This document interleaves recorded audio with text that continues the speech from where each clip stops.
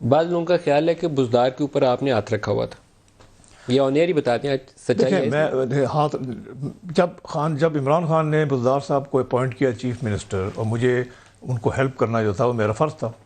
جب وہ ہیلپ مانگتے تھے میں ہیلپ کرتا تھا، اس چیز میں بھی ایڈوائز مانگتے تھے میں ایڈوائز دیتا تھا. یہ خان صاحب کا فیصلہ تھا، ہم اس کو سپورٹ کرتے تھے، اور یہ ان کی چوائس جو تھی وہ عمران خان کی پرسنل چوائس تھی، تو وی ہیو ٹو بیک ہم.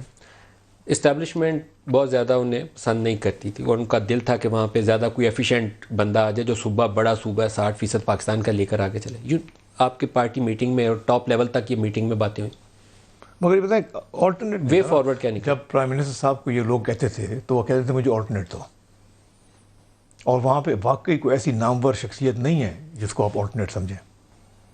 لوگ تو تھے، لیکن زیادہ تگڑا بندہ سینٹر میں بیٹھ کے بٹھانا کسی کو سوٹ نہیں کرتا ہے نا.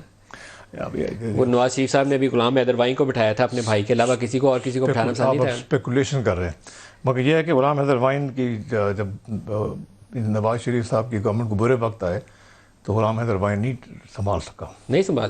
آپ کے وہ تو راتوں رات وہ وٹو صاحب پوری آپ کی 150 بندے کی اسمبلی لے کے اڑے تھے. ابھی آپ کے کتنے بندے ایف آئی اے کے پاس؟ نہیں، ایف آئی کے پاس نہیں ہے، وہ بلاتے ہیں ان کو انویسٹیگیشن تحقیقات کر رہے ہیں. ہمارے بندے بالکل ان کے پاس نہیں ہیں. میں نے ابھی ٹویٹ بھی کیا ہے کہ کوئی چیز نہیں سیز کی انہوں نے، میری کوئی چیز نہیں پکڑی کہ زبردستی پکڑ لی. انہوں نے ہم سے ہر چیز جو مانگی ہم نے جب خود ہی دے دی، تو ان کو کیا ضرورت ہے سیز کرنے کی؟ کوئی ضرورت نہیں تھی.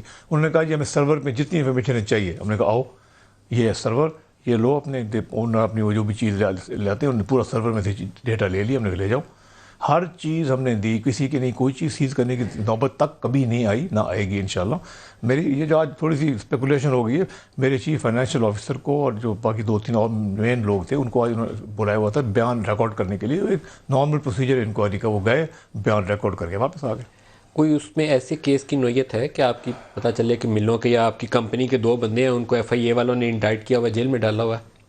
بالکل ایسے کیوں ہوگا؟ مجھے کیا پتہ، یہ تو تحقیقات آپ کے خلاف ہو رہی ہیں. ہم نے سوال پیدا نہیں ہوتا. ہمارا دیکھیں J D W sugar mills کی ایک پبلک لمیٹڈ کمپنی ہے، ہر چیز ہماری ڈاکیومنٹڈ ہے، بہت سٹرنجنٹ رولز ہوتے ہیں.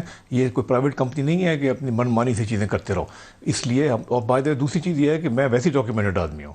میری ٹیکس کا آپ پتہ ہے کہ ٹیکس ریکارڈ میرے کس طرح سے چلتے ہیں، تو ہم کوشش کرتے ہیں کہ ہم اپنے بزنس کو بہترین معیار پہ چلائیں. اس لیے ہمارے پاس ہر چیز کا ریکارڈ ہوتا ہے. مثلا گروور کی پیمنٹس ہیں، ہمارے پاس ایک گروور کا اکاؤنٹ نمبر ہے، CNIC نمبر ہے، کہاں پیسے گئے، کتنے پیسے گئے، پورا ریکارڈ ہم نے ان کو حوالے